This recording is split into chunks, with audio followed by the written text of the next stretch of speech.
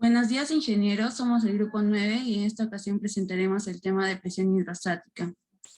Recordando que la presión hace referencia a la magnitud de una fuerza ejercida sobre cierta unidad de área y que a mayor fuerza, mayor presión, pero si la fuerza permanece constante y si el área sobre la cual ejercida incrementa, entonces la presión disminuiría, ya que esa fuerza se atribuiría en cada superficie al área total.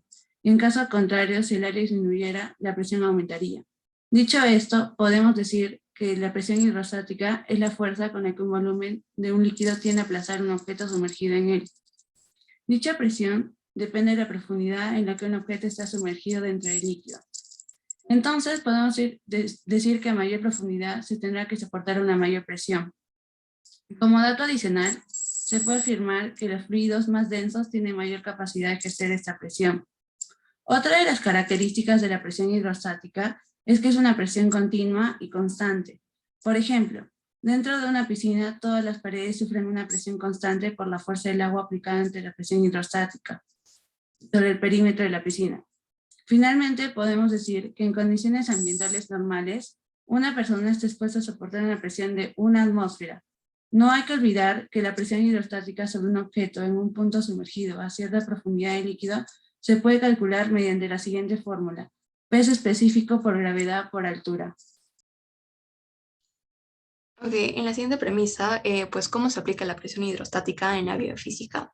Bueno, la presión hidrostática, también denominada pascalización, presuración o simplemente alta presión, es una tecnología de gran interés en la industria de los alimentos, pues debido a que esta es efectiva en la conservación de los mismos. Este tratamiento pues destaca sobre los procesos térmicos, ya que estos causan inevitablemente una pérdida de nutrientes y de sabores. La alta presión hidrostática evita la deformación de los alimentos debido a que la presión que se transmite pues es uniforme. Entonces, es decir, pues no hay gradientes. Entonces, pues cumple la denominada regla isostática. A diferencia de lo que ocurre con los procesos térmicos, el tratamiento de alta presión es independiente del volumen y de la forma de la muestra, con lo que se reduce el tiempo requerido para procesar grandes cantidades de alimento. Dos ejemplos de ello es de que la alta presión pues trabaja en la inactivación de esporas y enzimas, además de que pues provoca la inactivación de las células microbianas sin alterar la calidad sensorial de los nutrientes de los alimentos. Los fluidos en la presión hidrostática. Como ya lo mencionaron, la presión hidrostática es una presión que un líquido ejerce. Cabe recalcar que todos los líquidos ejercen una presión, ya que esta es una fuerza natural e inevitable. Un ejemplo de eso también es como la gravedad. Ya relacionándolo en el área de la medicina, lo podemos evidenciar en los vasos sanguíneos, ya que estos tienen una forma única de mantener la presión en el cuerpo. Y se llama presión hidrostática capilar arterial. Esta puede subir como bajar. Al momento de que sube, sube gracias a las contracciones del corazón y la gravedad. Y al momento de que baja, esta baja gracias a la porosidad de los vasos. Se denomina fluido a toda sustancia que tiene la capacidad de fluir. Sabiendo esto, las propiedades físicas responsables de hacer fluir a los fluidos son 7: la capilaridad, la cavitación, densidad, viscosidad, tensión superficial, peso específico y presión. Sin embargo, vamos a tener en cuenta otro tipo de propiedades que abarcan estos 7 principios, además de que se comparará tanto entre gases como líquidos, puesto que estos dos son fluidos. En comparación a los gases que tienen a ocupar todo el volumen de un recipiente cuando son contenidos, los líquidos adoptan la forma de este, pero no ocupan la totalidad del volumen. Como segunda propiedad, los principios tienen volumen y densidad constantes para una cierta temperatura, lo que significa que son incomprensibles. Mientras tanto, los gases, tanto la densidad y el volumen pueden variar según la presión. Como tercera propiedad, las moléculas de los líquidos interaccionan entre sí. El principal efecto de esta interacción es la viscosidad.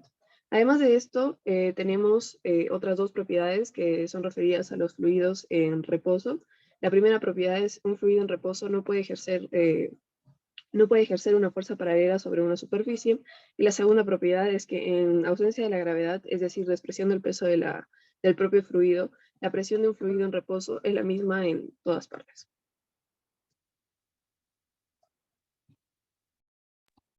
Dentro de la presión hidrostática tenemos muchos principios, pero el fundamental nos establece que la presión en un punto interior de un fluido es directamente proporcional, ya sea a la gravedad del sitio que se encuentre el fluido o a la profundidad que se encuentre dicho punto y también a la densidad.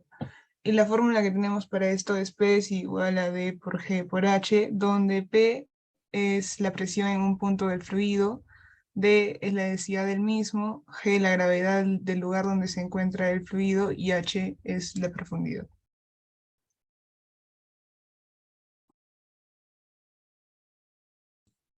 En el ámbito de la salud, se habla también de lo que se conoce como la presión hidrostática capilar, que vendría a ser la que se sustenta en el bombeo del corazón y lo que hace es empujar la sangre a través de los vasos. Por otro lado, también se puede hablar de la presión hidrostática intersticial, que vendría a ser la que se lleva a cabo en el líquido intersticial, que es aquel que se encuentra alojado en el espacio que hay entre las células. Por otro lado, también podemos hablar del edema, el cual es una hinchazón flácida y que al ejercer presión sobre ella cede. Este concepto se asocia a su vez a la hidropesía, que es la acumulación o la dispersión de líquido. La formación del edema puede tener diversas causas. Entre ellas está el aumento de la presión hidrostática. También se puede deber al incremento de la permeabilidad de las paredes de los vasos, la alteración en la retención de líquidos de los tejidos o a la caída de la presión osmótica sanguínea.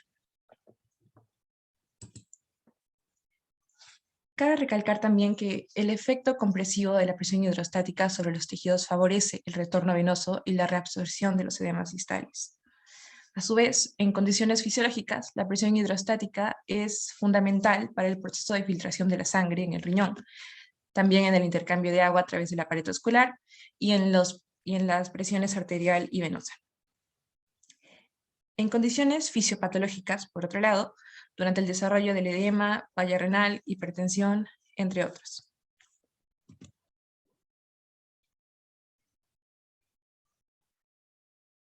La presión hidrostática cumple una función primordial que es el impulsar la sangre a través de los vasos. Esta acción es necesaria para el correcto funcionamiento de todo el cuerpo humano. La presión hidrostática es una fuerza natural e inevitable en muchos ámbitos de nuestra vida. Como otra conclusión tenemos que la presión hidrostática nos sirve para estudiar diversos fenómenos de los fluidos. La presión hidrostática permite comprender los mecanismos que ocurren en nuestro organismo. La presión hidrostática es directamente proporcional al valor de la gravedad, la densidad del líquido y la profundidad al que se encuentra.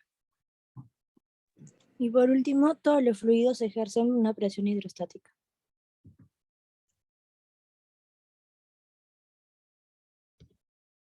Y como fuentes tenemos esas 5 fuentes de todo el trabajo. Gracias.